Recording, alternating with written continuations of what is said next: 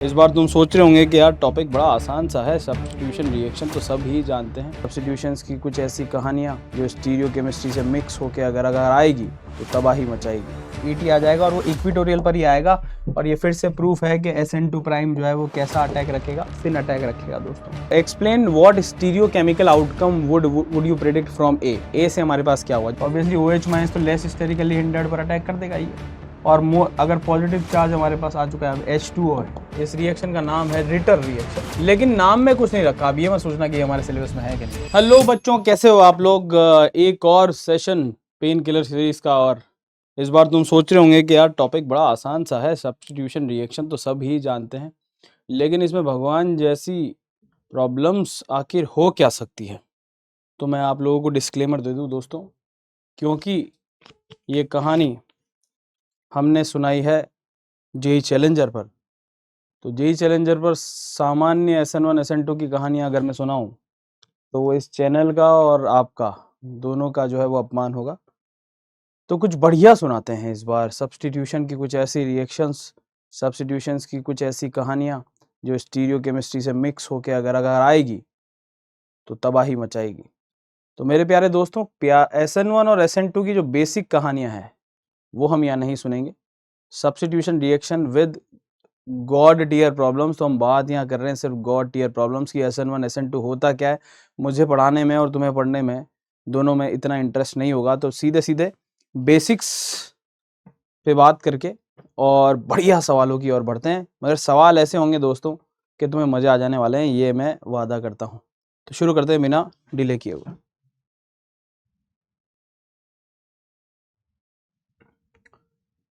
देखो सुनो, जो सबसे ज़्यादा कन्फ्यूजन होता है, बिल्कुल सीधी बात, नो बकवास करते हुए हम बात कर रहे हैं कि अगर मैं देखूँ अगर हमारे पास RX है, RLG है, RCl है और तुम्हें कन्फ्यूजन है कि रिएक्शन SN1 होगी या SN2, तो मैं कन्फ्यूजन दूर कर देता हूँ पहली ही लाइन से कि अगर आपको CH3X दिख जाए दोस्तों, तो आपको हमेशा क्या सोचना है, SN2 के बारे में सोचना है, इररेस्पेक्टिव ऑफ द न्यूक्लियोफाइल कैसा है।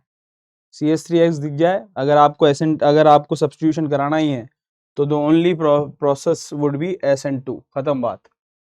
ठीक है, अब अगर मैं यहाँ बात कर लूँ 3 डिग्री की, तो रिएक्शन हमेशा क्या होएगी, SN1।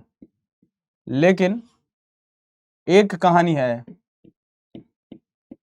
वो हो सकती है ये वाली कहानी जो हमें यहाँ भी दे रखी है। अगर तुम देखोगे तो यहाँ पर कि अगर मान लो 3 डिग्री X है, मगर वो हम यहाँ देखें तो अगर मैं इसे अल्फा कह दूँ, इसे बीटा कह दूँ, तो हमारे पास बीटा कार्बोनिल कंपाउंड है, या अल्फा हेलो कार्बोनिल कंपाउंड के बारे में बात कर लें कि अगर मैं इसके रेस्पेक्ट में बात करूँ तो ये अल्फा है, तो हम कह सकते हैं कि अल्फा हेलो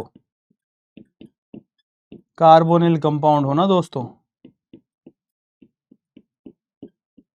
तो इस पे SN2 हो सकती है, 3 डिग्री है लेकिन SN2 हो सकती है। इस पे रेफरेंस क्या है, जैसा कि तुम्हें पता ही है कि बिना रेफरेंस हम बात नहीं करते। तो अगर यहाँ देखें तो ये क्लेडन है, तुम बहुत अच्छे से जानते हो कि दिस इज अ क्लेडन बुक। और यहाँ अगर मैं देखूँ नीचे नीचे, तुम्हें पता नहीं दिख रहा है कि नहीं दिख रहा, this is SN1 and this is SN2, this is SN2। तो SN2 के बारे में अगर मैं यहाँ देखूँ तो हम यहाँ कह रहे हैं कि यस, अगर अल्फा हेलो है हमारे पास तो इवन SN1 जो है वो बैड है और SN2 पॉसिबल हो जाती है दोस्तों, SN2 पॉसिबल हो जाती है। और इसमें सबसे इंपॉर्टेंट बात यह है कि अल्फा हेलो कार्बोनिल कंपाउंड जो है इस दुनिया में सबसे बढ़िया SN2 रिएक्शन देता है, और कारण है उसका विड्रॉइंग इफेक्ट और ट्रांजिशन स्टेट की stability due to resonance of C double bond O। बात करते हैं अपन SN1 SN2 के बारे में और, लेकिन वापस आते हैं इस पर। तो दो कहानियां मैंने सुनाई तुमको कि SN2 है, अगर आप CH3X है तो आप सब्स्टिट्यूशन अगर आप करवा रहे हो तो वो सिर्फ SN2 से होगा। 3 डिग्री है आपका तो सिर्फ SN1 होगा, लेकिन इसको छोड़ के अल्फा हेलो कार्बोनिल कंपाउंड में 3 डिग्री में भी SN2 प्रेफर होती है, ना कि SN1। Reference is क्लेडन। अब 2 डिग्री और 1 डिग्री ये लोग बेवफा होते हैं, ये कुछ भी कर सकते हैं। कहानी समझते हैं क्या होता है कि अगर आप सॉल्वेंट पर डिपेंडेंट हैं, तो अगर आप सॉल्वेंट पोलर प्रोटिक लेते हैं जो कि कार्बोकेटायन को बहुत बढ़िया डिसॉल्व कर सकता है ना, और इसके साथ साथ आप वीक न्यूक्लियोफाइल लेते हैं, जैसे कि आप H2 itself is a solvent और एंड न्यूक्लियोफाइल। तो अगर आप वीक न्यूक्लियोफाइल, न्यूट्रल न्यूक्लियोफाइल लेते हैं पोलर प्रोडक्ट सॉल्वेंट भी वही बिहेव कर जाता है कभी कभी। Solvent itself is a nucleophile.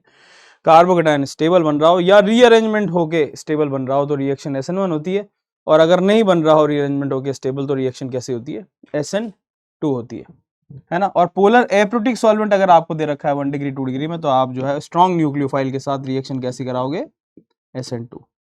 तो ये हमारे पास समरी होगी दोस्तों, क्लियर है। 1 डिग्री के साथ ऑलवेज SN2, SN1 इसको छोड़ के इसमें SN2 is preferred over SN1, ठीक है। 1 डिग्री 2 डिग्री में हम बात करें तो solvent is important, polar protic solvent, polar aprotic solvent. Aprotic solvent में आपके SN2 होंगे स्ट्रॉन्ग न्यूक्लियोफाइल के साथ। Strong nucleophile generally negatively charge होते हैं, है ना, या फिर अगर न्यूट्रल होगा तो नाइट्रोजन या उसके डेरिवेटिव, नाइट्रोजन या फिर इसके नाइट्रोजन के क्या हो गए, डेरिवेटिव। ये कहानी है दोस्तों। अब यहाँ अगर मैं देखूँ तो polar protic solvent weak nucleophile है। कार्बन अगर स्टेबल हो जाए, है ना, या तो स्टेबल हो या रीअरेंजमेंट होकर स्टेबल हो जाए तो हमारे पास SN1 रिएक्शन होती है, या फिर हमारे पास अगर नहीं हो पाए तो हमारे पास कैसी होती है, SN2 रिएक्शन होती है। क्या मेरी बात तुमको समझ में आ गई है। SN1 SN2 में बेसिक अंतर देख लेते हैं। हमारे पास जो न्यूक्लियोफाइल है ना, वो दो तरीके से हो सकता है। Negatively charge nucleophile, negatively charge nucleophile जैसे कि OH minus, SH minus, OR minus, SR minus, BR minus, Cl minus, I minus, है ना, और अमोनिया डेरिवेटिव। अगर न्यूट्रल के बारे में बात करें तो अमोनिया और उसके डेरिवेटिव, ये हमारे पास स्ट्रॉन्ग न्यूक्लियोफाइल होता है।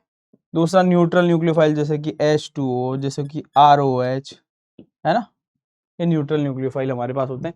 ये रिएक्शन SN2 कराने के लिए प्रेफर किए जाते हैं, ये SN1 कराने के लिए प्रेफर किए जाते हैं। अब SN1 और SN2 में अगर मैं देखूं तो हमारे पास, अगर मैं देखूं पोटेंशियल एनर्जी की कहानी यहाँ से यहाँ चल रही है, तो जो हमारे पास ये SN1 की कहानी है, इसमें क्या है हमारे पास के न्यूक्लियोफाइल को अपने इलेक्ट्रॉन p ऑर्बिटल वेकेंट में देने पड़ते हैं और पोटेंशियल एनर्जी जिसकी कम है, जबकि यहाँ पर सिग्मा एंटी बॉन्डिंग में देने पड़ते हैं जिसकी पोटेंशियल एनर्जी रिलेटिवली क्या है, ज़्यादा है। तो अगर पोटेंशियल एनर्जी ज़्यादा है, हायर एनर्जी ऑर्बिटल को आपको देना है, तो आपको हायर एनर्जी, हाईली चार्ज, जिनकी एनर्जी, जिसकी शक्ति ज़्यादा हो, उन्हें लेना पड़ता है। तो SN2 के लिए आपको प्रेफर करना पड़ता है ये वाले रिएजेंट, जबकि SN1 के लिए आपको प्रेफर करना पड़ता है ये वाले न्यूट्रल वाले। ये प्रेफर होते हैं क्योंकि इनकी एनर्जी कम है, तो ये आसानी से यहाँ पर अटैक कर सकते हैं। तो ये बेसिकली SN1 और SN2 में अंतर मैंने तुमको बताया। भी आप लोग जो है वो रेफर कर लेना, चाहो तो क्लेडन से भी देख लेना, लेकिन यहाँ देख लेते हैं एक बार क्या क्या दिया हुआ है आपको। इलेक्ट्रोफाइल दिया हुआ है, SN1 मैकेनिज्म आपके बारे में बात कर रखा है, SN2, है ना, और ये सारे आपको एग्जाम्पल्स दे रखे हैं मिथाइल के, प्राइमरी के, सेकेंडरी के, टर्शरी के, नियोपेंटाइल के, और SN1 SN2 के बारे में बात कर रखी है कि SN1 जो है वो हमारे पास मिथाइल X में तो आप कराना ही मत, ठीक है, इसमें एक्सीलेंट होती है ना। 1 डिग्री में भी कार्बोकेटायन अगर आपका स्टेबल नहीं बन रहा है, कम से कम रीअरेंज होके तो कार्बोकेटायन स्टेबल हो, तब तो फिर भी SN1 होगा, यहाँ पर SN2 बढ़िया होगा। SN2 डिग्री दोनों के लिए ही बेकार होता है, लेकिन कार्बोकेटायन अगर रीअरेंज होके भी बढ़िया बन जाए तो भी चलेगा। 3 डिग्री बहुत बढ़िया है ना, ये बैड, और नियोपेंटाइल में तो दोनों ही खराब है, मगर इसमें क्या होता है कि ये R माइग्रेट कर देता है, तो यहाँ पर R, ये एल्काइल असिस्ट SN1 हो जाती है, एल्काइल असिस्ट। तो मैंने कहा था ना कि अगर रीअरेंजमेंट होके हमारे पास स्टेबल बन जाए तो हो जाता है, तो इसको बोलते हैं अपन डिलेड SN1। थोड़े समय लगता है इसमें, लेकिन डिलेड SN1 कार्बोकेटायन यही बनता है R माइग्रेट होके। और बड़ी खूबसूरत बात है SN2 में, SN2 अगर आपको देखना है तो सबसे बढ़िया जो है वो देखने को मिलेगी अल्फा कार्बोनिल कंपाउंड में। अल्फा हेलो कार्बोनिल कंपाउंड अगर आपके पास है, बहुत बढ़िया। इवन टर्शरी भी देखो, इसमें देखो तो क्या कह रहा है वो, पॉसिबल है SN2।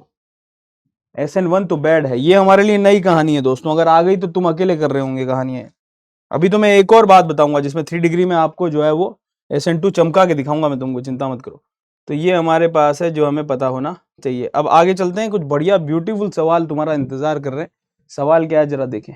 सवाल ये है, एक बार पढ़ लें कि in which of the following halogen is replaced by nucleophile given. देखो ये सवाल जो है वो मैं बनाता हूँ, इसलिए आपको टाइप्ड नहीं मिलेंगे, तो हो सकता है राइटिंग वाइटिंग थोड़ी इधर उधर हो, लेकिन भावनाएं एकदम प्योर है, उस बात को कंसिडर करते हुए कहानियां सुनना। तो न्यूक्लियोफाइल आपको जो दिया हुआ है उसमें कौन कौन सी पॉसिबल है, जरा 1 मिनट पॉज करके इस कहानी को सुन लेना, मतलब अपने क्वेश्चन आंसर मार्क कर लेना, फिर बात करते हैं। अब यहाँ हमारे पास ये 1 डिग्री है, लिविंग ग्रुप Cl है और OH माइनस है, बहुत ब्यूटीफुल। हमारे पास यहाँ क्या हो जाएगा, SN2 रिएक्शन हो जाएगी, मजा ही आ जाएगा जीवन में, और क्या चाहिए, है ना, ठीक है। और फिर हमारे पास OH माइनस है हमारे पास यहाँ पर भी, और ये 1 डिग्री RX है, ये भी बहुत बढ़िया हो जाएगा, मजा आ जाएगा, और हमारा फेवरेट जो है वो इथाइल अल्कोहल बन जाएगा।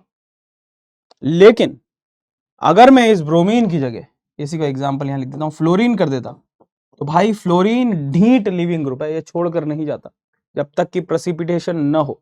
और वो प्रेसिपिटेशन तुमने करवाया है कौन सी रिएक्शन में, मुझे बताना। वो रिएक्शन जिसमें हेलोजन एक्सचेंज जो तुमने पढ़ा था, 2 रिएक्शन पढ़ी थी, स्वाट और फिंकेल्स्टीन। फिंकेल्स्टीन में तुमने जो है वो एफ को हटाया था प्रेसिपिटेशन के द्वारा। एक एक लाइन सुनना, बहुत करीने से सुनाई जा रही है। लेकिन सर वहां पे तो फ्लोरीन अलग हुआ था, यहाँ तो OH माइनस आपने विनाइलिक और कर दिया है, तो ये रेजोनेंस कर रहा होगा सर। एक तो करेला, ऊपर से नीम चढ़ा, इन द सेंस के फ्लोरीन अकेला नहीं जाता है, और आपने यहाँ डबल बॉन्ड कैरेक्टर डेवलप कर दिया है। अब तो मरे ही नहीं जाएगा, ये तो नो रिएक्शन है सर। बात तुम्हारी बिल्कुल ही सही है, ठीक है। अब यही कहानी दोस्तों यहां पर भी है, तुम देख पा रहे हो। लेकिन अगर मैं यहां पर कहूं तुमसे कि इस रिएक्शन का प्रोडक्ट ये होगा,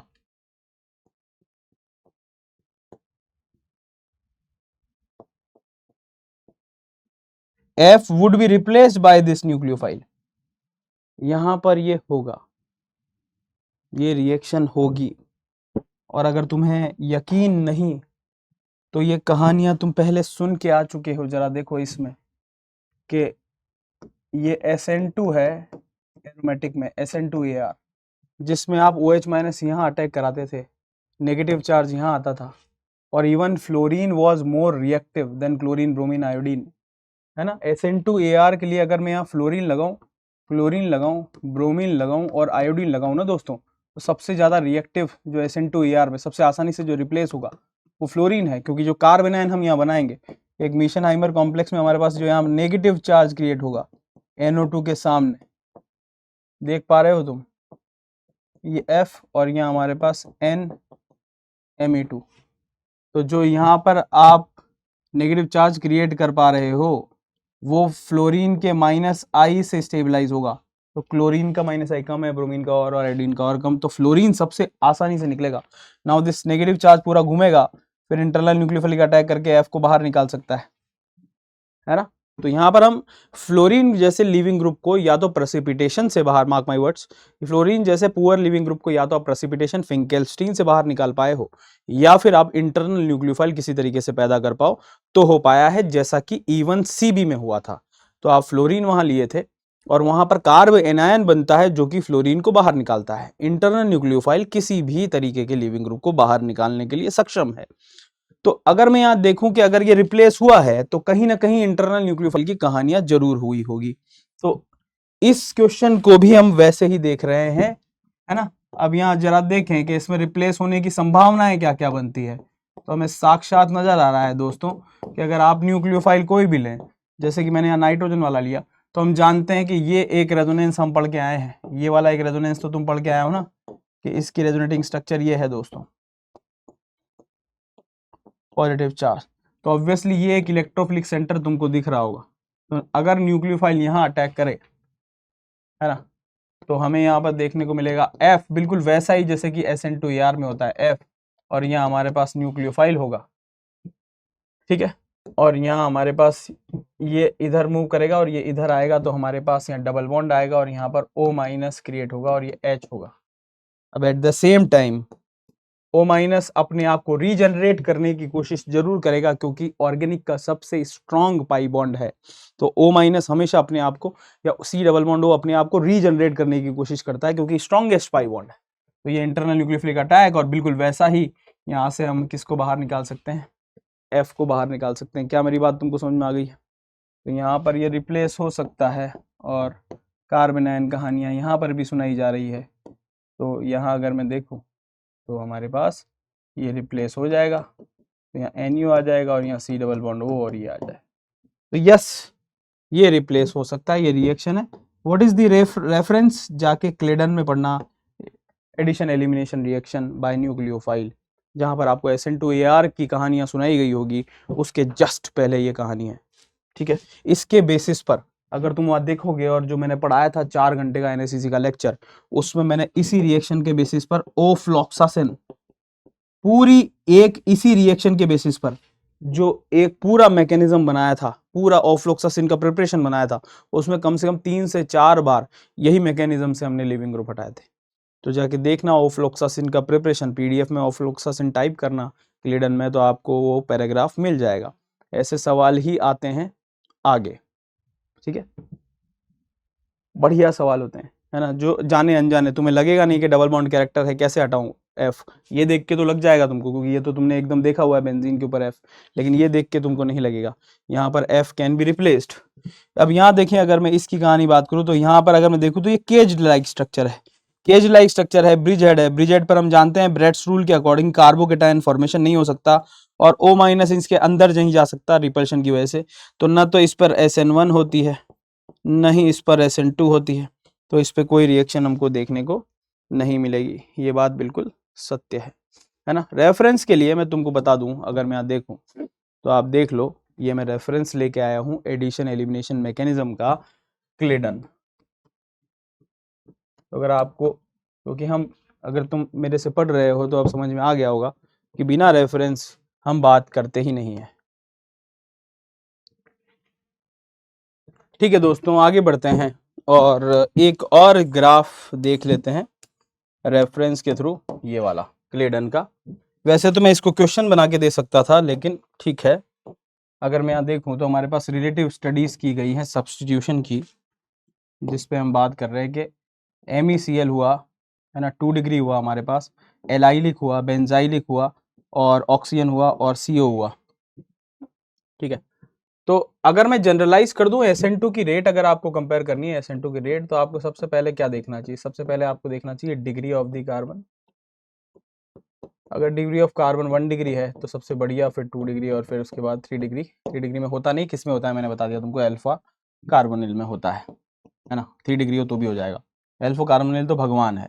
अब इसमें अगर मान लो, इसमें भी तुम्हें कन्फ्यूजन आ जाए कि 2 1 डिग्री आता है, तो ये मान लो जुगाड़ है उसका कि जिस कार्बन पर पार्शियल पॉजिटिव चार्ज ज़्यादा होगा वो सबसे बढ़िया, ये जुगाड़ है ना। अब ये तो 0 डिग्री है ना हमारे पास, इसको तो हम 0 डिग्री बोल सकते हैं ना, इसको सुपर 1 डिग्री बोलते हैं, लेकिन ठीक है, कोई कार्बन है ही नहीं। समझ में आ गया? अब जरा देखें, तो ये भी है, ये हमारे पास 0 डिग्री, या फिर इसको हम क्या बोलते हैं, सुपर 1 डिग्री बोलते हैं। तो अगर मैं यहाँ देखूँ तो हमारे पास ये भी सुपर 1 डिग्री है, ये 2 डिग्री है, ये हमारे पास 1 डिग्री है, ये हमारे पास 1 डिग्री है, ये हमारे पास 1 डिग्री है, ये हमारे पास 1 डिग्री है। तो 1 degree 1 degree 1 degree 1 degree 2 degree. अब देख लो 2 डिग्री होते ही कहानी 0.02 पे चली गई, 2 डिग्री होते ही। अब बात करते हैं 1 डिग्री, तो 1 डिग्री जिस पर हमारे पास पार्शियल पॉजिटिव चार्ज सबसे ज्यादा है, तो हमारे पास सबसे ज्यादा partial positive charge alpha carbonyl compound वाले में ही आएगा। तो यहाँ अगर मैं रिलेटिव रेट देखूं तो हमारे पास दिख रहा है भाई साहब 1 लाख गुना ज्यादा है। समझ रहे हो? समझ में 1 लाख रिलेटिव रेट है। समझ में आ गया तुमको? समझ में आ गया? चलो, अब यहां अगर मैं देखूं तो ये तो नंबर 1 हो गया। फिर उसके बाद अगर मैं देखूं तो ये 1 डिग्री है, ये भी 1 डिग्री है, और ये भी। यहां अगर मैं देखूं तो हमारे पास transition state would be stabilize by oxygen का -I और बैक बॉन्डिंग, दोनों कहानियां हैं इसमें। बोलो बात समझ में? -I बहुत तगड़ा है, और इन सबसे तगड़ा -I इसी में है, तो इसके बाद 920 है। और गजब की बात है, अगर मैं देखूं तो MECL और बेंजाइलिक दोनों की रेट लगभग रिलेटिवली सेम आती है, और फिर एलाइलिक की। बोलो बात समझ में आ गया? और सबसे खराब 2 डिग्री की।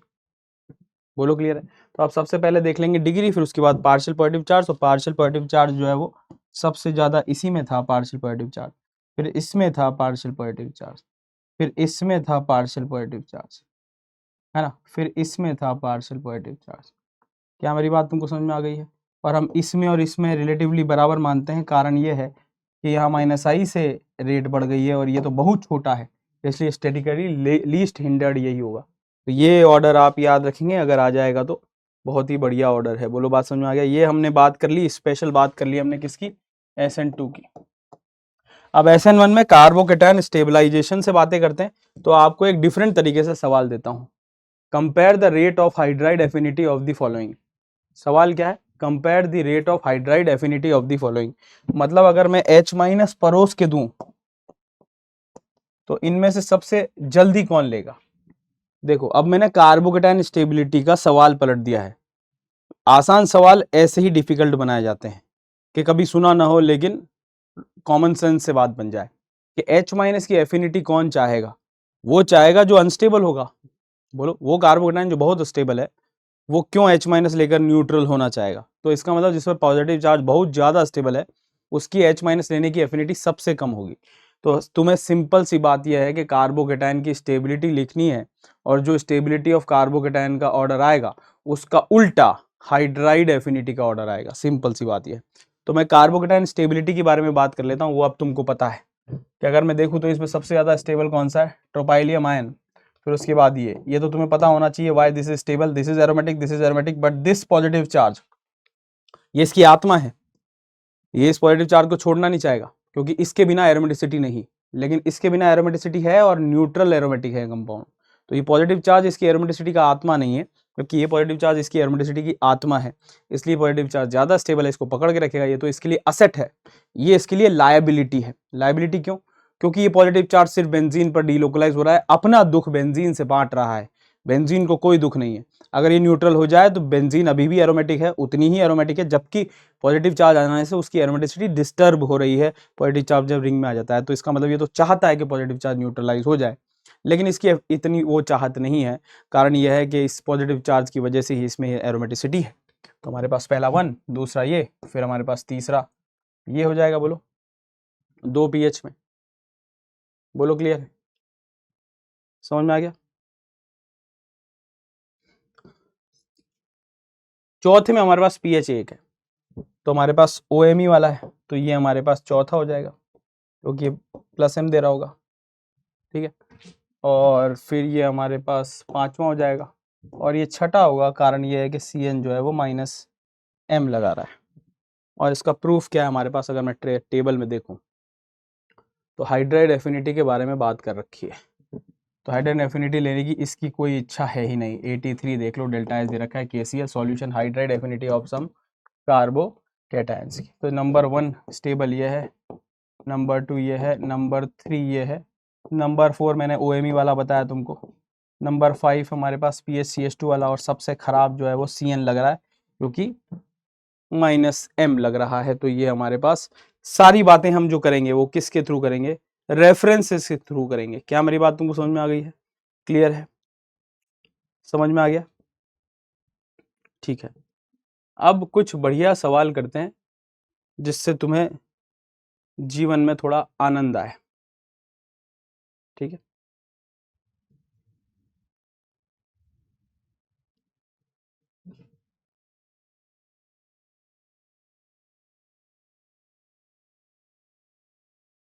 चलो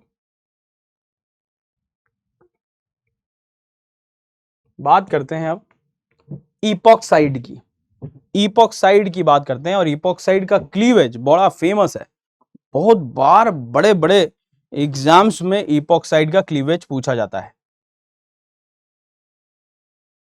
इपॉक्साइड में बड़ा कंफ्यूजन होता है कि आपको किधर से क्लीव करना है, किधर से क्लीव नहीं करना है। जैसे ऐसा सवाल आ जाए तो स्टीरियो केमिस्ट्री में हमेशा पंगा फंसेगा कि आपको अटैक कहां से, रिंग किधर से ओपन करें। अगर तुमने पढ़ा हुआ है तो भी तुम्हारे कंसेप्ट अभी हिलने वाले हैं, जो मैं बात करूंगा तुमसे, जरा देखना। तो जब भी इपॉक्साइड का सवाल आएगा थोड़ा सा दिमाग हिलेगा, तो मैं उसको एक पेज पे समराइज कर लेता हूं कि अगर हमारे पास इपॉक्साइड है और एसिड प्रेजेंट है, तो आपके पास मान लो इपॉक्साइड है और आपके पास एसिड प्रेजेंट है, तो सबसे पहले आप ABr कराएंगे और ये पॉजिटिव चार्ज आ जाएगा। और फिर हम जानते हैं, जैसा कि तुम जानते ही हो, तो फिर अगर हमारे पास जो अटैक है वो कहां पर अटैक होगा? मोर स्टेरिकली हिंडर्ड पर अटैक होता है, हम जानते हैं ये बात।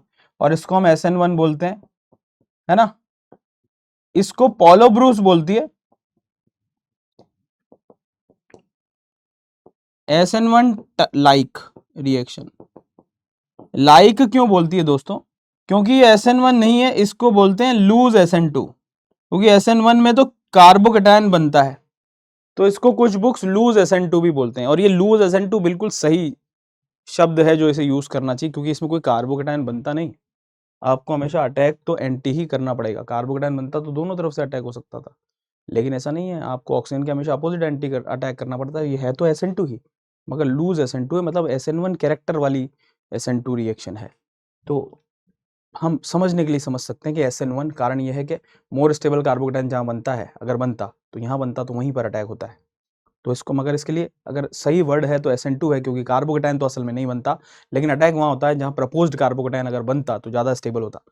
लूज SN2 इसलिए बोल रहा हूँ क्योंकि हमेशा एंटी अटैक ही हो रहा है, तो स्टीरियोकेमिस्ट्री वाइज तो ये SN2 रिएक्शन ही है। समझ में आ गया तुमको? तो अगर मान लो हमारे पास अगर एसिड आ गया कहानी में, तो एसिड बेस रिएक्शन होगी और ये bromonium ion, oxonium ion type reaction हो गई, तो हमेशा अटैक जो है वो SN1 की तरह खुलता है, तो ये खुलेगा। बोलो बात समझ में आ गया? मोर हिंडर्ड साइड से खुलेगा यहाँ से। अब कंफ्यूजन कहाँ आता है? जब आपका एसिड प्रेजेंट नहीं है। जब आपका एसिड प्रेजेंट नहीं है तो रिएक्शन हमेशा कैसी होगी? SN2 होगी। और SN2 में भी दो कहानियां हैं। अगर इपॉक्साइड आपका 6 मेंबर रिंग के बाजू में है, 6 मेंबर रिंग के बाजू में अगर आपका ऐसे, अगर 3 मेंबर रिंग है दोस्तों, तो हमेशा न्यूक्लियोफाइल का अटैक का होगा। हमेशा न्यूक्लियोफाइल का अटैक, हमेशा हमेशा बुक्स कहती हैं हमेशा हमेशा हमेशा और हमेशा अटैक कैसा होगा दोस्तों, चाहे दुनिया इधर की उधर हो जाए, हमेशा अटैक एक्सियल का होगा, न्यूक्लियोफाइल का। ये बात ध्यान रखना। अगर आपका इपॉक्साइड 6 मेंबर रिंग के बाजू में है तो हमेशा अटैक कैसा होगा? हमेशा एक्सियल अटैक होगा, हमेशा। ये बड़ी इंपॉर्टेंट बात है, ये बहुत कम लोगों को पता होता है, इस बात को ध्यान दें। और अगर मान लो 6 मेंबर रिंग के बाजू में नहीं है, ऐसी कुछ कहानी है, ये है हमारे पास, तो हमारे पास जो हमारा न्यूक्लियोफाइल होगा जैसे, तो यहाँ पर अटैक हमेशा कहाँ होगा? लेस स्टेरिकली हिंडर्ड पर अटैक होगा। नॉर्मल सी बात है। तो हमारे लिए ये बड़ा इंपॉर्टेंट हो जाता है कि अगर 6 मेंबर रिंग के बाजू में है तो हमेशा अटैक कैसा होगा? एक्सियली अटैक होगा। ये बड़ा इंपॉर्टेंट है। अब इस पर कहानी सोचते हैं। जैसे मान लो ये आ जाए तो इसमें कोई दिक्कत नहीं है, ये हमारा H+ यहाँ जाएगा और यहाँ हमारे पास एसिड प्रेजेंट है, तब तो कोई दिक्कत ही नहीं है। O18 इसको कर दूं मैं, H हो गया, कोई प्रॉब्लम वाली बात नहीं। अब यहाँ पर H2 का अटैक होगा तो यहाँ से अटैक होगा, तो ये रिंग खुलेगी, यहाँ हमारे पास OH आएगा, O18 होगा, ये ऐसा, और यहाँ हमारे पास OH आएगा। ये हमारा सॉल्वेंट से आया है, ये हमारा अंदर से ही रहा है, तो यहाँ OH का आना इस बात का प्रूफ है कि ये SN1 टाइप रिएक्शन हुई है, या फिर मैं कह दूं कि लूज SN2 हुआ है।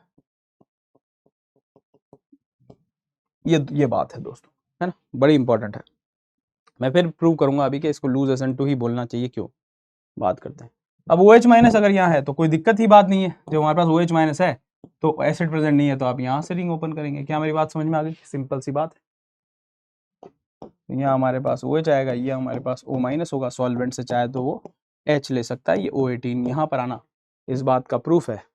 ये pH है ना, ये pH है, ठीक है, इस बात का प्रूफ है कि ये रिएक्शन जो है मस्त SN2 हुई है, इसमें कोई दिक्कत वाली बात नहीं है। क्या मेरी बात तुमको चमक गई? ठीक है, कोई दिक्कत कोई परेशानी नहीं। चलो, अब आता है मजेदार सवाल। यहाँ मैंने कहा कि जब भी 6 मेंबर रिंग के बाजू में 3 मेंबर रिंग इपॉक्साइड आएगी तब क्या करेंगे? तो मेरे जो कहानियां तुमको सुनाई है उसे उसे तोड़ना नहीं है। सबसे पहला H+ MeOH, तो ऑब्वियसली H+ यहाँ जाएगा। हमारे पास एसिड प्रेजेंट है, एसिड प्रेजेंट है तो हम कह ही चुके हैं कि जब भी एसिड प्रेजेंट हो आपको मोर स्टेरिकली हिंडर्ड पर अटैक कराना है, तो MeOH का अटैक हो जाएगा। कहां से होगा? मोर स्टेरिक। अब यहां दिक्कत है, समझो इस बात को, यहां दिक्कत है दोस्तों, समझना पड़ेगा कि भाई साहब ये SN1 नहीं है, ये भी हमारे पास SN2 ही है लूज, ये भी हमारे पास SN2 ही है। कैसा? लूज SN2 है दोस्तों। और अगर लूज SN2 है तो अटैक ऑफ द MeOH यहां से ये अटैक होगा और ये हमारे पास यहां पर अटैक होगा और ये खुलेगा। बोलो बात समझ में आ गया? सॉरी, ये हमारे पास यहाँ अटैक करेगा और इसको खोलेगा। बोलो बात समझ में आ गया? तो that should be anti to the oxygen. बोलो बात समझ में आ गया? क्लियर है? समझ में आ गया? अभी प्रोडक्ट बनाना इसका। अब यहाँ अगर मैं ले लूँ MeO, तो यहाँ पर कोई भी एसिड प्रेजेंट नहीं है, तो that has to be pure SN2। और हमने क्या ही दिया है दोस्तों, इस बात को तुम समझो कि हमारे पास, यहाँ देखो जरा, इस बात को समझो, पहले ये वाला समझाता हूँ। अगर मेरे पास MeO है तो हमारे पास ये हमने कह दिया 3 मेंबर रिंग है, ऑक्सीजन है, तो सिंपल सी बात है, अगर ये कहानी है तो आपको यहाँ अटैक कैसा करना है दोस्तों, हमेशा कैसा अटैक होगा, एक्सियल अटैक होगा। और अगर एक्सियल अटैक होगा लेस स्टेरिकली हिंडर्ड, तब तो कोई दिक्कत नहीं है। यहाँ हमको दिख रहा है कि ये नीचे, ये जो जितने भी नीचे वाले हैं इनका एक्सियल नीचे होता है, तो सिंपल सी बात है, अगर मुझे इसे खोलना है तो इसको खोलना है तो हम कहाँ से खोलेंगे दोस्तों, हम इसको खोलेंगे एक्सियल वाले से। बोलो बात समझ में आ गया? तो हम यहाँ से एक्सियल खोल देंगे, इसको खोल देंगे, ये खुल जाएगा। तो अगर मैं यहाँ का प्रोडक्ट बनाऊँ तो हमारे पास प्रोडक्ट क्या बनेगा दोस्तों, क्योंकि इसका एक्सियल डाउन है ना, तो इसलिए हमने एक्सियल अटैक होगा हमेशा, तो यहाँ क्या आ जाएगा OMe, ठीक है। यहाँ पर हमारे पास आ जाएगा O माइनस, सॉल्वेंट से H ले सकता है, और ये हमारे पास क्या बन जाएगा PH। क्या मेरी बात तुमको समझ में आ गई? अब जरा सोचो ये वाला प्रोडक्ट हमारे पास क्या होगा, जरा इसको सोच के और बना के 2 सेकंड का ब्रेक लो। सोच लिया? तो जैसा कि मैंने ये कहा था कि यहाँ पर हमारे पास पहले ABR रिएक्शन हो ही जाने वाली है, और जैसे ही एसिड आ जाता है वैसे ही हमारे पास, हमने पहले भी कहा है कि इसे लूज SN2 कहो, क्योंकि अगर SN1 कहोगे तो कार्बोकेटाइन का निर्माण करना पड़ेगा। लेकिन यहाँ पर SN2 कहते ही हमें समझ में आ जाता है कि ये इपॉक्साइड एंटी अटैक करने वाला है, और एंटी अटैक करने वाला है तो नीचे से ही अटैक करेगा, क्योंकि ये तो ऊपर बना हुआ है रिंग के, तो ये रिंग ऐसे खोलेगा तो नीचे होगा। तो अब हमारे पास यहाँ प्रोडक्ट जो मिलेगा स्टीरियो केमिस्ट्री वाइज अगर सवाल पूछ लिया जाए तो हमारे पास यहाँ दिख जाएगा कि यहाँ पर हमारे पास, अलग कलर से बनाता हूँ, यहाँ पर हमारे पास आ जाने वाला है OH, ठीक है।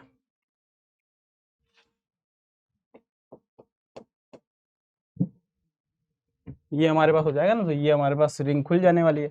तो हमारे पास यहाँ पर अगर मैं देखूँ तो हमारे पास आ जाएगा OMe इस जगह पर, और यहाँ पर आ जाने वाला है हमारे पास OH। तो हमें ये पता होना चाहिए कि OMe जो है वो इधर से खुलेगा। क्या मेरी बात तुमको समझ में आ गई? क्लियर है ना? अब यहाँ अगर मैं देखूं MeO और MeOH, ये वाली बात है, तो हमने कहा था कि जब भी ये आएगा एसिड नहीं होगा तो हम अटैक कैसे कराएंगे, एक्सियल अटैक। अब एक्सियल अटैक किसको बोलेंगे दोस्तों, जो भी नीचे वाले हैं इनका एक्सियल नीचे होगा, यहाँ पर समझ में आया? इनका एक्सियल कहाँ होगा, ऊपर होगा। तो ऑब्वियसली इसका एक्सियल अटैक मतलब यहाँ से अटैक, तो यहाँ से तो अटैक क्यों करेंगे, इसका एंटी बॉन्डिंग तो ये है दोस्तों, तो हमारे पास ये एक्सियल अटैक यहाँ हो जाएगा, और लेस स्टेरिकली हिंडर्ड पर भी अटैक हो रहा है। लेस स्टेरिकली हिंडर्ड भी इंपॉर्टेंट नहीं है, अटैक एक्सियल इंपॉर्टेंट है। तो इसका एक्सियल अटैक तो हमारे पास यहाँ होगा जो कि एंटी बॉन्डिंग से पर है। क्या मेरी बात समझ में आ गई? तो और यहाँ पर हम आसानी से लेस स्टेरिकली हिंडर्ड पर अटैक कर सकते हैं, इसमें कोई दिक्कत वाली बात नहीं है। सिंपल सी बात है, एक्सियल अटैक जहाँ होगा वहां से करेंगे, यहाँ एक्सियल अटैक नहीं हो सकता, यहाँ से हमने क्या करा दिया, एक्सियल अटैक करा दिया, और ये एक्सियल अटैक करा दिया तो हमारे पास प्रोडक्ट ये बन जाएगा। क्लियर है? अब ये बड़ा इंटरेस्टिंग हो जाता है, जब आप H+ को यहाँ जोड़ते हो तो हमारे पास, जब H+ को यहाँ जोड़ते हो तो हमारे पास यहाँ OH+ बनता है, ठीक है। अब MeOH का आप अटैक कराओगे तो आप अटैक वहाँ करोगे जो मोर स्टेरिकली हिंडर्ड है। तो मोर स्टेरिकली हिंडर्ड कौन सा है, ये है। बोलो बात समझ में आ गया? ये नीचे की तरफ है, इसको ऐसे समझो कि ऐसे बना हुआ है, ऐसे नीचे, है ना, ये नीचे की तरफ है। तो हमारे पास जो है वो अटैक कहाँ से होने वाला है, एंटी होने वाला है, मतलब ये कहाँ से अटैक करेगा, ऊपर से, इधर से रिंग खोलेगा। तो हमें यहाँ क्या देखने को मिलेगा, जरा देखो, यहाँ पर हमारे पास ऊपर आ जाएगा OMe, और यहाँ आएगा हमारे पास PH। क्या मेरी बात समझ में आ गई? इस तरीके से हमारे पास ये कहानी बदलेगी। क्लियर है? ये स्टीरियो केमिस्ट्री हमको याद होना चाहिए। क्लियर है? अब यहाँ पर अगर हमारे पास है OMe तो हम अटैक करेंगे इसमें कौन सा, एक्सियल अटैक हमेशा। अब देख लो तुम एक्सियल अटैक कहाँ से होने वाला है, यहाँ पर एक्सियल अटैक है कहाँ, जरा समझना, यहाँ पर एक्सियल अटैक है कहाँ, इसका एक्सियल तो डाउन होगा, यहाँ ये है जिसका एक्सियल अटैक हो सकता है, ये है एक्सियल अटैक जो इसके एंटी बॉन्डिंग के समीप है या पास है। तो यहाँ पर हमारे पास एक्सियल अटैक यहाँ होगा, जो कि देख लो अगर तुम यहाँ देखोगे तो 3 डिग्री है, लेकिन होगा यहीं पर अटैक। तो अगर मैं इसके साथ भी देखूँ तो प्रोडक्ट हमारे पास यही बनेगा। तो SN1 या लूज SN2 में भी वही अटैक जो SN2 में अटैक होगा, क्योंकि हमें अटैक कैसा कराना है यहाँ पर, एक्सियल अटैक हमेशा कराना है जब भी 6 मेंबर रिंग के बाजू में 3 मेंबर इपॉक्साइड रिंग होगी। चलो अब एक सवाल करते हैं बहुत ही बढ़िया, और वो है एनजीपी का सवाल। देखने में बड़ा आसान लगेगा, मजेदार लगेगा। जरा सोचो, क्लेडन का ये सवाल है, और अगर ये सवाल आया तो गलती करने की पूर्ण संभावनाओं के साथ आप इस सवाल को करोगे। जैसा कि मैं तुमसे बोल चुका हूं कि अगर मान लो ये कहानी हो तो ये SN2 की सबसे बेहतरीन कहानियों में से एक है। तो इस सवाल को अगर मैं तुम्हें कंफ्यूज करके दूं तो मैं हिंट ये देना चाहूंगा कि इस बात को ध्यान रखना कि ऐसा होता है कि SN2 की सबसे बेहतरीन कहानी है। मैंने तुमको इसका रिलेटिव रेट भी बताया था, लगभग 1 लाख। तो ये सबसे बढ़िया कहानी है। तो अगर मैं यहाँ देखूं H+ दे रखा है तो आपके अकॉर्डिंग यहाँ पर क्या प्रोडक्ट बनना चाहिए, सोच के जरा बताओ। चलो पॉज करके एक बार अपना आंसर लॉक कर लो, तभी मजा आएगा इस सवाल को करने का। इस सवाल को गलत करने की बहुत अच्छी टेक्निक है अपने पास। देखो जरा H+ के बारे में बात करूं तो हमारे पास H+ या तो यहां जा सकता है या फिर यहां जा सकता है। जहां जाएगा वहां पर हमारे पास कार्बोकेटाइन का निर्माण होगा। कार्बोकेटाइन का निर्माण अगर यहां होता है तो ऑब्वियसली इंटरनल न्यूक्लियोफाइल अवेलेबल है यहां पर। बोलो बात समझ में आ गया? तो हम यहां पर क्या करने वाले हैं, जरा देखो। ये हमारे पास 8 मेंबर रिंग हो गई, ये हमारे पास C double bond O, carbocation का निर्माण ये हुआ, H यहाँ जुड़ा हमारे पास, ऑक्सीजन ये रहा, और ये अटैक करने जा रहा है इसके ऊपर। और अगर ये अटैक करता है, अगर ये अटैक करता है इसके ऊपर, तो जरा देखो हमारे पास 1 2 3 4 5 मेंबर रिंग बनेगी। 1 2 3 4 5 मेंबर रिंग बनेगी। इसका मतलब हमारे पास 5 मेंबर की 2 रिंग बन जाने वाली है।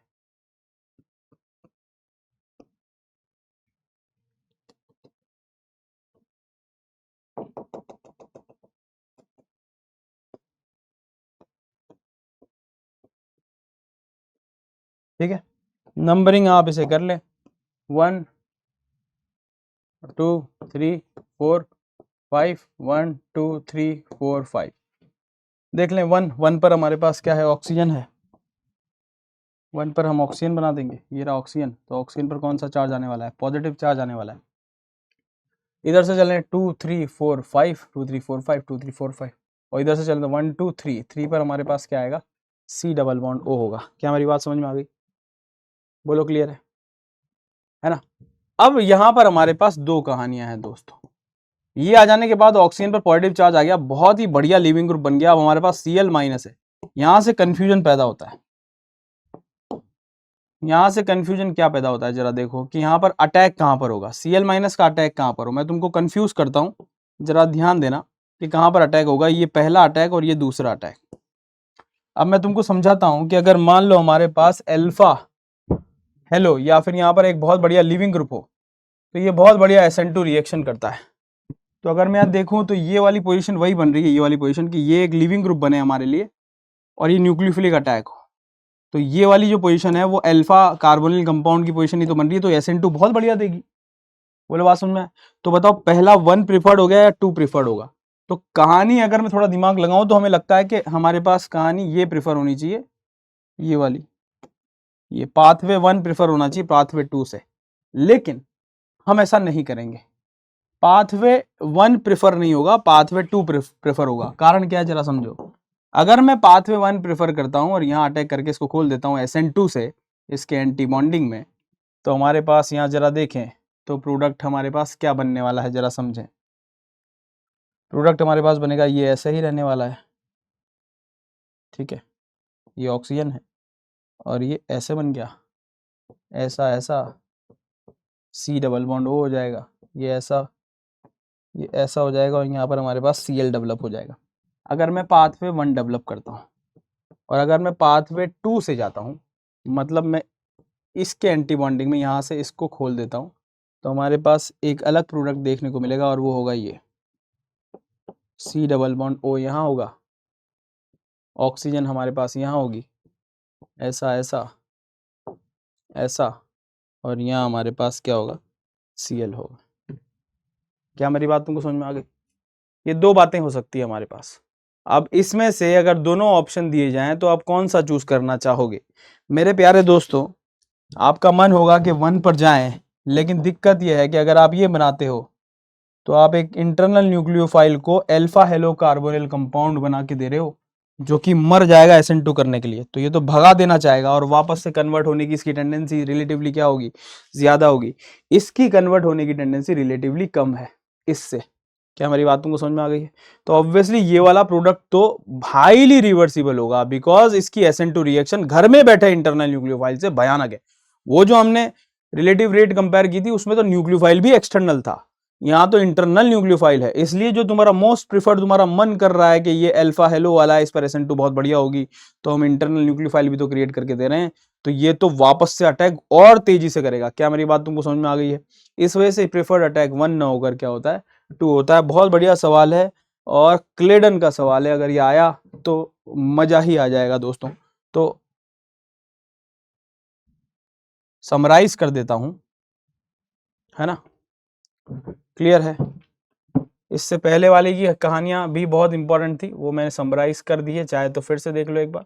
क्या कहा था मैंने?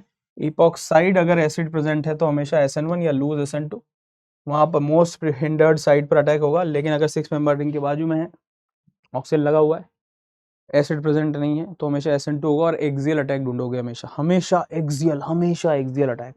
अगर ऐसा कुछ कहानी नहीं है कि 6 मेंबर बाजू में इपॉक्साइड है, तो आप लेस स्टेरिकली हिंडर्ड पर हमेशा अटैक करेंगे। आपको यहाँ मैंने बता दिया कि अगर कहानी ऐसी हो तो 3 डिग्री पर भी रिएक्शन हो सकती है SN2 इपॉक्साइड रिंग ओपनिंग, क्योंकि एक्सियल ये है। बोलो बास में एक्सियल अटैक हमको करना है। क्या मेरी बात तुमको समझ में आ गई है? अरे बोलो, क्लियर है? ठीक है, यहाँ वाले प्रोडक्ट मैंने नहीं बनाया, वो तुम देख के बना लेना, ठीक है।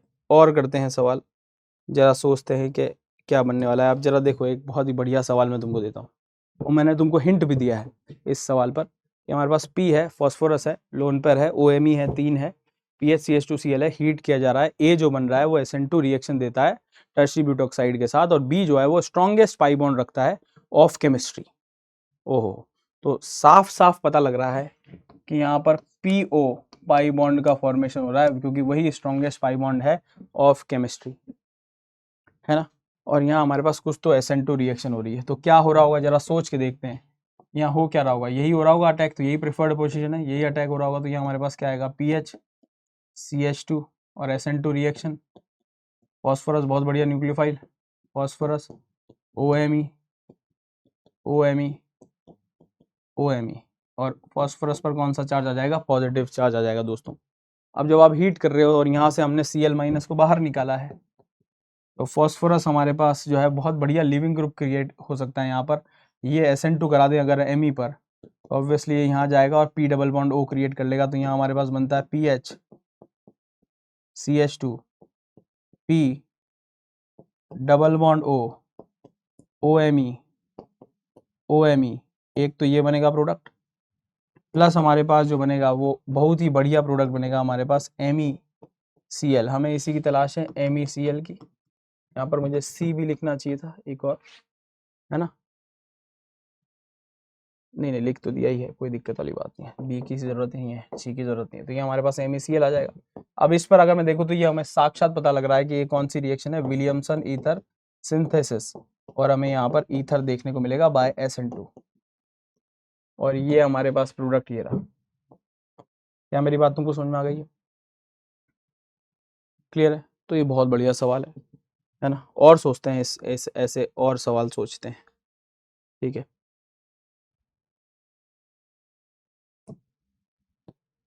जरा देखते हैं ये वाला सवाल, देखते हैं। इसमें ए सवाल मैं करूंगा, ये आपका होमवर्क है। ऐसा ही सिमिलर सवाल है, होमवर्क क्या चाहोगे तो यही कर देंगे, कोई दिक्कत वाली बात नहीं है। लेकिन यहाँ पर हम सोचें, यहाँ पर हमारे पास BR है, यहाँ पर हमारे पास BR है, और यहाँ हमारे पास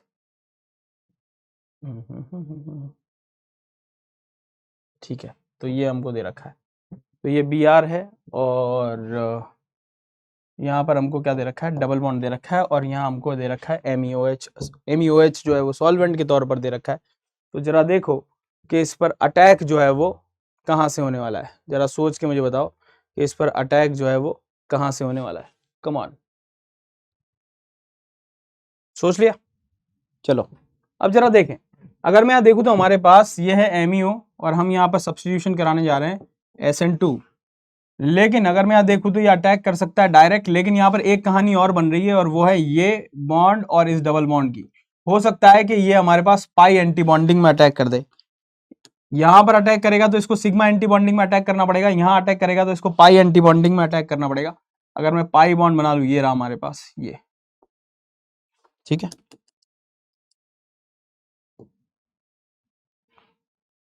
बना क्या? समझ गए?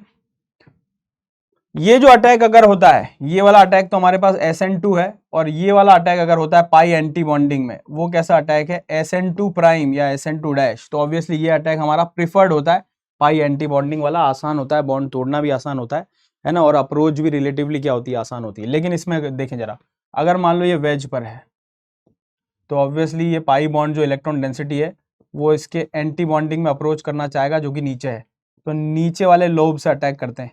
और जब ये नीचे वाले लोब से अटैक करता है तो ऑब्वियसली जो हमारा न्यूक्लियोफाइल है that will actually gain the electron और get the electron from the above, ताकि इलेक्ट्रॉन का मूवमेंट स्मूथ हो।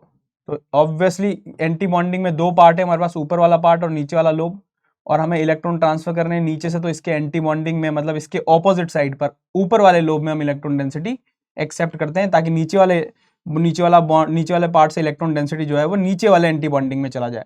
समझो, ये हमारे पास अबव है, इसका एंटी बॉन्डिंग लगभग बिलो होगा, तो नीचे वाले लोब मतलब बिलो दी प्लेन वाले लोब से इलेक्ट्रॉन डेंसिटी आएगी, इसका एंटी बॉन्डिंग पार्ट जो होगा वो अपर लोब होगा, तो हमारे पास OMe अपर से आता है। कहने का मतलब यह है कि SN2 प्राइम आप करा रहे हो, SN2 प्राइम, तो उसमें हमेशा अटैक कैसा देखने को मिलता है?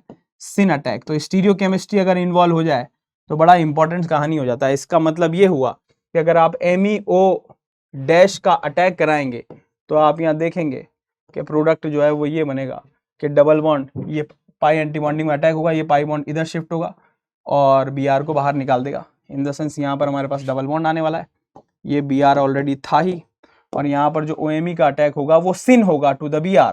तो इसका मतलब यहाँ पर भी हमारे पास OMe कहाँ पर होगा? वेज पर होगा, ये कहना चाह रहे हैं हम। तो ये प्रोडक्ट हमारा बनने वाला है OMe। अगर मैं एक इक्विवेलेंट लेता हूं कि वेज पर अगर Br है तो हमारे पास OMe भी SN2 प्राइम से वेज पर ही आएगा। ये कहानी कहना चाह रहा हूं। क्या मेरी बात तुमको समझ में आ गई है? दिस इज SN2 प्राइम, जब भी SN2 प्राइम होगी, और दैट वुड बी प्रेफर्ड क्योंकि पाई एंटी बॉन्डिंग में इलेक्ट्रॉन ट्रांसफर करना है। एग्जैक्टली सेम कहानी यहां पर भी होती है कि आपके पास ये एक लीविंग ग्रुप है, ठीक है, आप ये नेगेटिव चार्ज अटैक करवाना चाहते हैं न्यूक्लियोफाइल का, आपको यहाँ दिख रहा है कि यहाँ पर पाई एंटी बॉन्डिंग है, SN2 प्राइम होने के चांसेस हैं, ये इक्विटोरियल है, तो आप यहाँ पर भी अटैक कहाँ पर कराओगे? इक्विटोरियल पर सिन एडिशन होगा। इसका मतलब ये जाके कहाँ पर अटैक होगा? सिन, मतलब इक्विटोरियल पर ही अटैच करना है इसको। क्या मेरी बात समझ में आ गई? तो हमारे पास यहाँ जो प्रोडक्ट बनेगा वो क्या बनेगा? MEH। भाई कहानियाँ थोड़ी डिफिकल्ट सुनाई जा रही है, उसका मैं कुछ नहीं कर पाऊंगा, तो ध्यान से जब दोबारा SN1 SN2 कंप्लीट हो जाए तब उसके बाद ही सुनना इन कहानियों को। तो ये हमारे पास CH, C double bond O ET, C double bond O ET आ जाएगा, और वो इक्विटोरियल पर ही आएगा। और ये फिर से प्रूफ है कि SN2 प्राइम जो है वो कैसा अटैक रखेगा? सिन अटैक रखेगा दोस्तों। तो SN2 प्राइम तो हमने सीख ही लिया, अब इसका क्लियर है? ये बात तुमको समझ में आ गई? तो दो बढ़िया सवाल अपन ने कर लिए हैं इसके। अब एक आसान सा सवाल कराता हूं तुमको, देखो जरा, ये एक आसान सा सवाल है, इसको सोचो और लॉक करो अपना आंसर।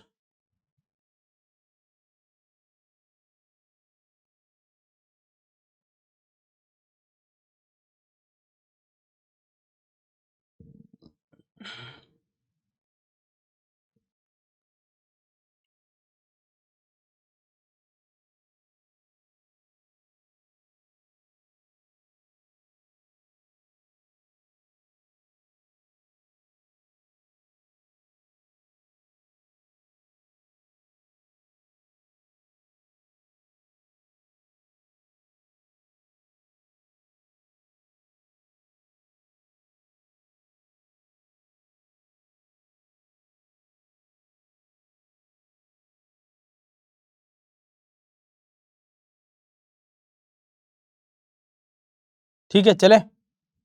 आगे चलें, चलो। तो अब जरा देखें इसमें क्या है। तो हमारे पास सबसे पहले ये दे रखा है और ये हमारे पास क्या कर लेगा, ये तो समझ में आ रहा है कि ABR कर लेगा। सर ये यहाँ अटैक कर देगा क्या? सर क्या कर रहे हैं? तो भैया पहले ABR कराओ, यहाँ पर आप बनाओ PHS माइनस। अब देखो ये सवाल कितना आसान था अगर इसे दूसरे तरीके से दिया जाता। कैसे? अगर मैं इसको ऐसे लिखता, MEOBS ब्रोसाइलेट, अगर तुम जानते हो तो ये हमारे पास कुछ नहीं, ये हमारे पास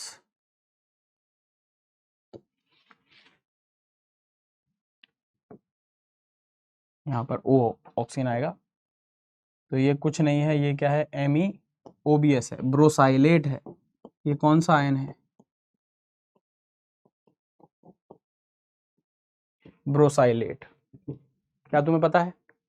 ये हमारे पास क्या है, ब्रोसाइलेट है। ब्रोसाइलेट अगर मान लो है हमारे पास, तो सिंपल सी बात है, pH माइनस है, यहाँ अटैक करता और इस ब्रोसाइलेट को क्या निकाल देता, बाहर निकाल देता, तो PHS और Me बनता। लेकिन जैसे ही मैं इसे खोल के रख देता हूँ वैसे ही ये सवाल कैसा हो जाता है, डिफिकल्ट हो जाता है। इट इज़ नथिंग बट, अगर मैं दिया जाता MEOBS प्लस PHS माइनस, तो ये एक लाइन का सवाल है कि PHS Me होगा सर, और OBS जो कि ब्रोसाइलेट आयन है उसे बाहर निकाल दिया जाएगा।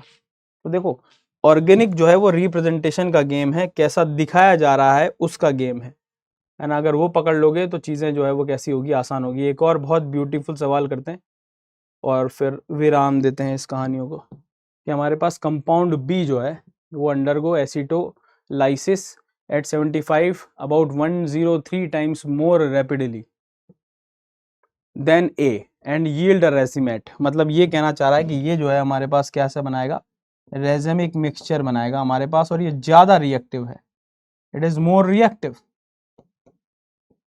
ठीक है,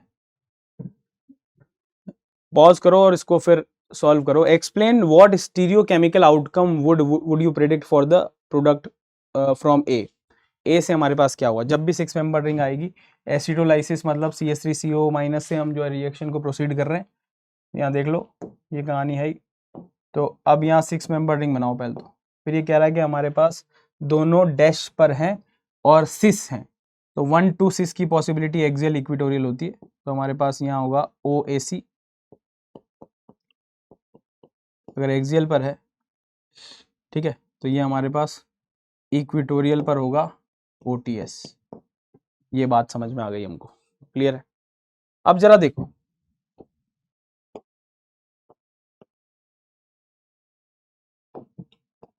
अगर ये हमारे पास है C डबल बॉन्ड O और ये CH3 है, ठीक है, इसी में यही, इसी को भी करते हैं, इसको भी साथ ही करते चलते हैं। इसको अगर मैं देखूँ तो 1 2 ट्रांस है, 1 2 ट्रांस की पॉसिबिलिटी क्या है, 1 2 ट्रांस एक्सियल एक्सियल एक्सियल और इक्वेटोरियल इक्वेटोरियल। तो अगर मैं इसको बनाऊं तो यहाँ हमारे पास OTS में बनाया है ना, और इसको मैंने बना दिया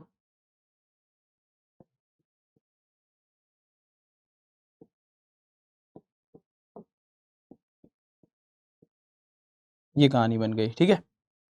अब यहाँ अगर मैं देखूं तो साफ साफ मुझे नजर आ रहा है कि यहाँ पर इंट्रामोलिकुलर अटैक हो सकता है इस ऑक्सीजन का, यहाँ पर कोई दिक्कत वाली बात नहीं है। लेकिन यहाँ का इसका एंटी बॉन्डिंग लगभग यहाँ होगा, सिग्मा एंटी बॉन्डिंग यहाँ होगा, तो इसका यहाँ अटैक पॉसिबल नहीं है, इन द सेंस कि अगर ये अटैक करेगा तो बाहर एक्सटर्नल न्यूक्लियोफाइल जो OAC है ये हमारे पास है, यही अटैक करेगा और ये अटैक करेगा, तो हमारे पास this is nothing but a pure SN2 का एग्जाम्पल। ये कैसा एग्जाम्पल होने वाला है दोस्तों, प्योर SN2 का एग्जाम्पल होने वाला है, प्योर SN2। तो हमारे पास प्रोडक्ट हमारे पास ये बन जाएगा, बोलो बात समझ में आ गया, ये बन गया हमारे पास OAC, और यहाँ जो था वो था ही कि ट्रांस प्रोडक्ट बनेगा। यहाँ पर साफ साफ दिख रहा है कि ओनली ट्रांस प्रोडक्ट आपको देखने को मिल रहा है, ये ओनली ट्रांस, तो ये एनेंशियोमेरिकली प्योर है, प्योर कंपाउंड मिल रहा है हमारे पास एक्सटर्नल न्यूक्लियोफिल के अटैक से। लेकिन अगर मैं यहाँ देखूँ तो हमारे पास एक इंटरनल अटैक पॉसिबल हो पा रहा है, और अगर NGP हो रही है, इंटरनल अटैक पॉसिबल हो पा रहा है, तो ऑब्वियसली उसकी रेट जो है वो रिलेटिवली क्या होगी, ज़्यादा होगी यहाँ ऑक्सीजन और ये डबल बॉन्ड, ये ऑक्सीजन पर कौन सा चार्ज आ गया, पॉजिटिव। ऑब्वियसली ये पॉजिटिव चार्ज जो है वो रोटेट करेगा। बोलो बात समझ में आ गया। ये ऑक्सीजन पर कौन सा चार्ज आ गया, पॉजिटिव। चाहूँ तो यहाँ मैं ऐसे दिखा सकता हूँ रेजोनेंस में, ये रेजोनेंस में रहने वाला है। अब यहाँ पर अगर मैं देखूँ तो हमारे पास दोनों बातें हो सकती है कि अटैक ऑफ OAC यहाँ पे भी हो सकता है और अटैक ऑफ OAC यहाँ पे भी हो सकता है। क्या मेरी बात समझ में आ गई। यहाँ पे भी अटैक हो सकता है और यहाँ पे भी अटैक हो सकता है। अगर दोनों तरफ अटैक हो सकता है तो तुमको समझ में आएगा कि बॉन्ड इधर से भी खुल सकता है और बॉन्ड इधर से भी खुल सकता है। क्या मेरी बात समझ में आ गई है। और जब दोनों तरफ से बॉन्ड खुल सकता है तो हमें यहाँ मिलेगा रेजेमिक मिक्सचर। इसमें हमें मिलेंगे मिरर इमेजेस। इधर से खोलूंगा तो अलग और इधर से खोलूंगा तो अलग। क्या मेरी बात तुमको समझ में आ गई है। तो हमें यहाँ पर रेजेमिक मिक्सचर देखने को मिल रहा है। तो सिंपल सी बात है कि ये हमारा 103 गुना इसलिए रिएक्टिव है क्योंकि यहाँ पर हमारे पास इंटरनल अटैक हुआ है, इंटरनल न्यूक्लियोफिलिक का, ये NGP हुई है और NGP होने की वजह से रेट ऑफ रिएक्शन जो है वो क्या हो गई है, ज्यादा हो गई है। क्या मेरी बात तुमको चमक गई है दोस्तों। अगर इस सवाल का रेफरेंस देखना चाहते हो तो वो रेफरेंस ये है दोस्तों, एक बार देख लो चाहे तो। रेफरेंस दिख रहा होगा तुमको कि यहाँ पर हमारे पास अटैक पॉसिबल नहीं है, इंट्रा SN2 पॉसिबल नहीं है, इसलिए एक्सटर्नल अटैक हमने करवाया और यहाँ ट्रांस एनेंशियोमर ओनली मिल रहा है हमारे पास। जबकि यहाँ पर हमें इंटरनल अटैक NGP देखने को मिल रहा है। अटैक दोनों तरफ से पॉसिबल है, तो आपको ये भी मिलेगा और आपको ये भी मिलेगा, इसलिए रेजेमिक मिक्सचर देखने को मिल रहा है। दिस इज मोर रिएक्टिव क्योंकि यहाँ पर NGP हो रही है। तो जब भी कहानी में NGP होगी तब आपको इज्जत देनी पड़ेगी। सवाल और भी हैं और भी सोच सकते हो। क्या मेरी बात तुमको समझ में आ गई है ना। अब जरा एक सवाल और कर लेते हैं। ये बड़ा प्यारी रिएक्शन है, इस रिएक्शन का नाम है रिटर रिएक्शन। लेकिन नाम में कुछ नहीं रखा। अब ये मैं सोचना कि हमारे सिलेबस में है कि नहीं, लेकिन कॉमन सेंस वाली बात है। स्ट्रॉन्ग एसिड अगर आपको दे रखा हो तो यहाँ हमारे पास क्या बनाओगे आप, कार्बोकेटाइन बनाओगे, और कार्बोकेटाइन बनाओगे तो उसके बाद हमारे पास CH3CN जो है वो पुअर न्यूक्लियोफाइल है, लेकिन इतने बड़े कार्बोकेटाइन के सामने तो ये भी पिघल जाएगा। तो अगर ये अटैक कर दे तो हमारे पास यहाँ आ जाएगा CN ट्रिपल बॉन्ड C और CH3, नाइट्रोजन पर कौन सा चार्ज, पॉजिटिव चार्ज, ये लेके जाएगा और यहाँ हमारे पास वाटर अटैक करेगा। अगर यहाँ देखो तो हमारे पास कार्बोकेटाइन बन रहा है, बहुत ही बढ़िया है ना। ये बन रहा है हमारे पास N डबल बॉन्ड कार्बोकेटाइन और CH3, और इस पर अगर अटैक कर ले कौन, वाटर, तो वाटर अटैक कर लेगा तो यहाँ हमारे पास आ जाएगा N double bond C OH, H plus मैंने भगा दिया है सीधा सीधा, CH3। और इसके बाद अगर मैं टॉटोमराइज करा दूँ इसको तो बहुत बढ़िया प्रोडक्ट हमको देखने को मिलता है, NHC डबल बॉन्ड OCH3, है ना। ये रिएक्शन कैसी कहलाती है दोस्तों, रिटर रिएक्शन कहलाती है ना। कुछ अलग सुनना था, कुछ वैल्यू पानी थी तो देख लो, फिर से देख लो। यहाँ पर RCN जो है हमारा लोन पेयर है, SP में वीक बेस और पुअर न्यूक्लियोफाइल है, इसलिए हमने कार्बोकेटाइन बनाकर इलेक्ट्रोफिलिसिटी बढ़ाई और फिर हमने RCN का अटैक कराया। This reaction is called as Ritter reaction, है ना। तो क्लेडन का रेफरेंस, तो हम इसलिए अच्छे अच्छे सवाल लेके आ रहे हैं। रेफरेंस जो है वो किसी न किसी अच्छी बुक से ले रहे हैं। अब जरा देखो, ये तुम्हें खुद करना है, मैं तुमको हिंट बता देता हूँ करना क्या है। जरा देखो इसमें करना क्या है, करना क्या होगा, यहाँ इंटरनल न्यूक्लियोफाइल अवेलेबल है, इसको खोल दोगे, बोलो बात समझ में आ गया, और खोल दोगे तो यहाँ हमारे पास प्रोडक्ट क्या बन जाएगा, ये बन जाएगा N Me पॉजिटिव चार्ज, और ये बोलो हाँ कि ना, है ना। अब रिंग स्ट्रेन को खोलना है हमको, OH माइनस है, ऑब्वियसली OH माइनस तो लेस स्टेरिकली हिंडर्ड पर अटैक कर देगा ये। और अगर पॉजिटिव चार्ज हमारे पास आ चुका है, अब H2O है, अब H2O कहाँ अटैक करेगा, जरा सोच के मुझे बताना कि अगर H2O है तो H2O कहाँ अटैक करेगा। ये तुम्हारा क्या हो गया, होमवर्क, ठीक है। बात समझ में आ गई है। और सवाल तो वैसे बहुत सारे हैं, लेकिन सिर्फ वही सवाल करा रहा हूँ जिससे तुम्हें वैल्यू मिले। अगर ऐसे सवाल आ जाएं तो तुम्हें परेशानी ना हो। चलो और सवाल कर लेते हैं। एक बहुत बढ़िया सवाल कराता हूँ। मैंने तुमको एक चीज़ सिखाई थी, HSAB थ्योरी। HSAB थ्योरी अगर जिसने ये वीडियो नहीं देखा है जाके इस वीडियो को देखना भाई। अगर तुम JEE एडवांस देना चाह रहे हो और बिना HSAB पढ़े चले गए ना तो पक्का अगर एक सवाल आ गया तो फंसोगे। तो प्लीज़ प्लीज़ प्लीज़ बहुत ही बढ़िया कंटेंट बनाने की कोशिश कीजिए। HSAB का वीडियो जरूर जाके देखना, इससे पहले वाला होगा। पूरा वीडियो देखना तो तुम्हें पता लगेगा कि एल्डोल की रिएक्शन क्यों बकवास है, एल्डोल नहीं होनी चाहिए, क्यों उसकी पुअर यील्ड मिलती है ना। ये सारी कहानियां वहाँ मैंने तुमको सिखाई है, जरा जाके सीखना। अब जरा देखें, इस पर बेस्ड एक सवाल है जिसको अलग अलग तरीके से समझाया जाता है कि अगर मान लो हमारे पास ये है, देखो जरा C डबल बॉन्ड O, और मैंने यहाँ कोई बेस ले लिया OH माइनस जो कि इनोलेट आयन बना रहा है, ये ले बना दिया हमने इनोलेट। अब इनोलेट के बाद मैंने ये सारी चीजें तुमको दे दी है, ये सारी, तो प्रोडक्ट क्या बनेगा? देखो बहुत बढ़िया प्रोडक्ट। ये सारे अगर मैं देखूं यहाँ पर, तो सिलिका तुम जानते हो इनऑर्गेनिक में सिलिका की मोहब्बत है ऑक्सीजन, सिलिका की ऑक्सीजन के प्रति एफिनिटी बहुत ही तगड़ी है, बहुत तगड़ी।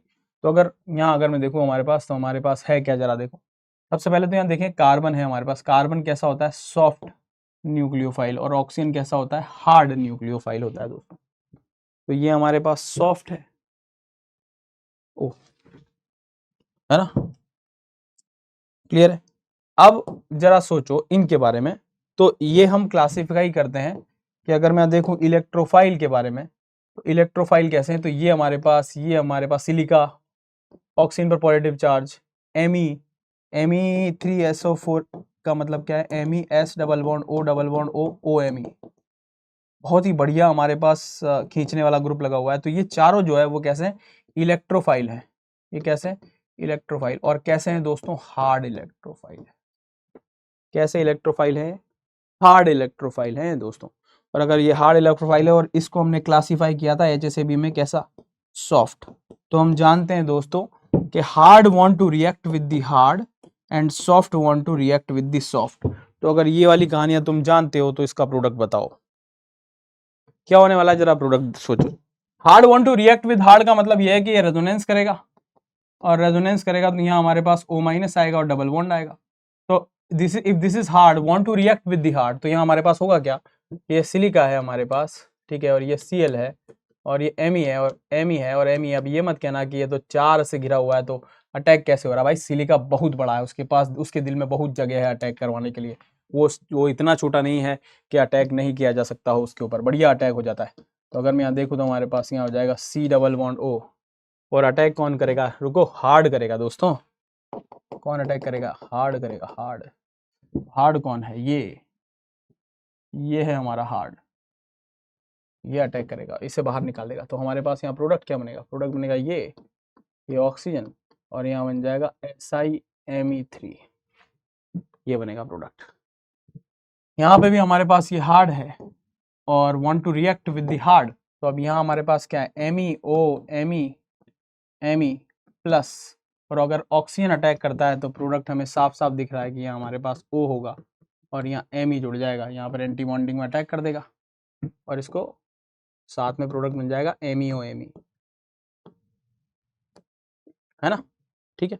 अब ये Me2SO4 में यही ऑक्सीजन फिर से अटैक कर देगा और इसको खोल देगा, और अगर इसको खोल देता है तो हमारे पास यहाँ बन जाएगा